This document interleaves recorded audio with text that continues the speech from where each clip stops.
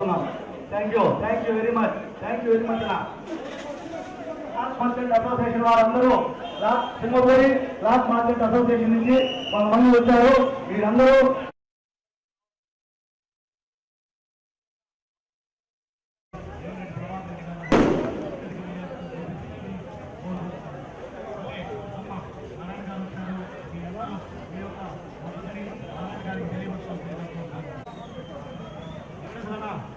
మీరందరూ మీ యొక్క అభివాదాన్ని మీ యొక్క అమూల్యమైన ఓటుని నారాయణ గారికి వేసి అత్యధిక విజయాలతో గెలిపించవలసిందిగా కోరుతున్నామన్నా. మీ దగ్గరికి వచ్చిన ప్రతి కస్టమర్కి తెలుగుదేశానికి ఓటు ఇవ్వమని సైకిల్ గుర్తుపై ఓటు వేయాలని మీరందరూ బాలాసాయి దర్శనం చేశారన్నా. ఎవరు టీటీ రాష్ట్రవత్తులో ఉండేవాళ్ళు కూడా ప్రతి ఒక్కరు బయటకు స్కూల్ చదువుతున్నారు. నారాయణ గారికి వారి యొక్క మద్దతుని తెలియవస్తున్నారు. చాలా థ్యాంక్స్ సార్. మీ చిన్నగా కదలయ్యా బాబు, చిన్నగా కదలైనా అంటే ఈ సిమెంట్ రోడ్డు వేసిన ఘనత మన నారాయణ గారి. ఈ వరకు ఒక 2 అండి. ఈరోజు నెల్లూరులో 8వ డివిజన్లో రేబాల సందు ఆ ఏరియాలో ఈ యొక్క భవిష్యత్ గ్యారంటీ కార్యక్రమాన్ని ప్రారంభించాం.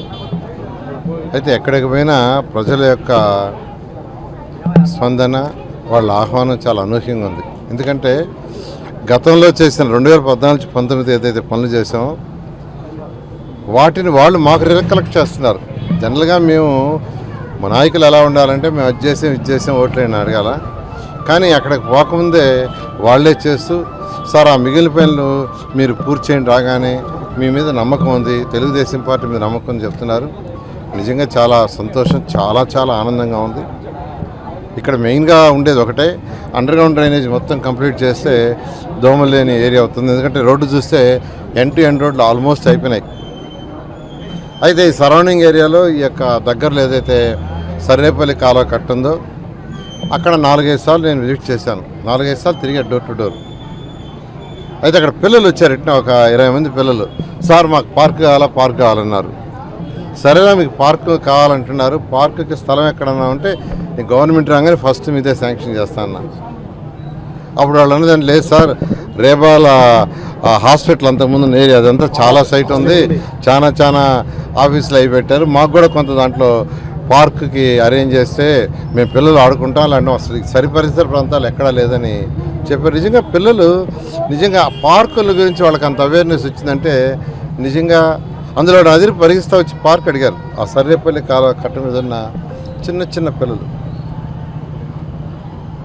ఖచ్చితంగా అటువంటి పాజిబిలిటీ అది కానీ ఇంకేదైనా ఉంటే ఖచ్చితంగా గవర్నమెంట్ రాగానే చేయడం జరుగుతుంది. అన్నిటికంటే ఇంపార్టెంట్ పెన్షన్స్ ఒకటి ఇంటింటికి ఇచ్చేది ఈ నెలలో కావాలని ఇంటికి ఇవ్వకుండా అందరినీ సెక్రటరియట్స్కి రమ్మన్నారు. అది తప్పు.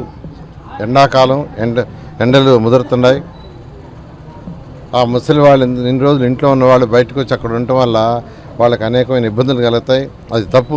తెలుగుదేశానికి చెడ్డ పేరు తేవాలనే ఉద్దేశంతో తెలుగుదేశం వాళ్ళు చేశారని, తెలుగుదేశం వాళ్ళు ఏం చేయాల, తెలుగుదేశం వాళ్ళు ఇంటింటి పోయి ఏమని ఇవ్వద్దని చెప్పలా, ఇవ్వమనే చెప్పారు,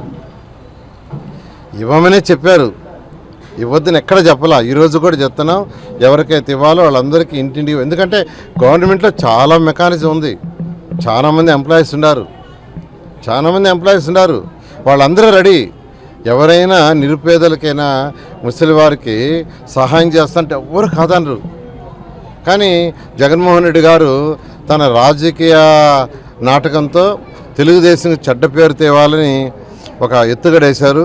అటువంటి ఎత్తుగడకు చంద్రబాబు నాయుడు చాలా క్లియర్గా చెప్పారు, ప్రభుత్వం వస్తే పెన్షన్ ఫస్ట్ రాగానే 4,000 ఇస్తానని, అది కూడా ఇంటింటికి 1వ తేదీ ఇంటికి ఇచ్చేందుకు ఏర్పాటు చేస్తానని చెప్పాడు.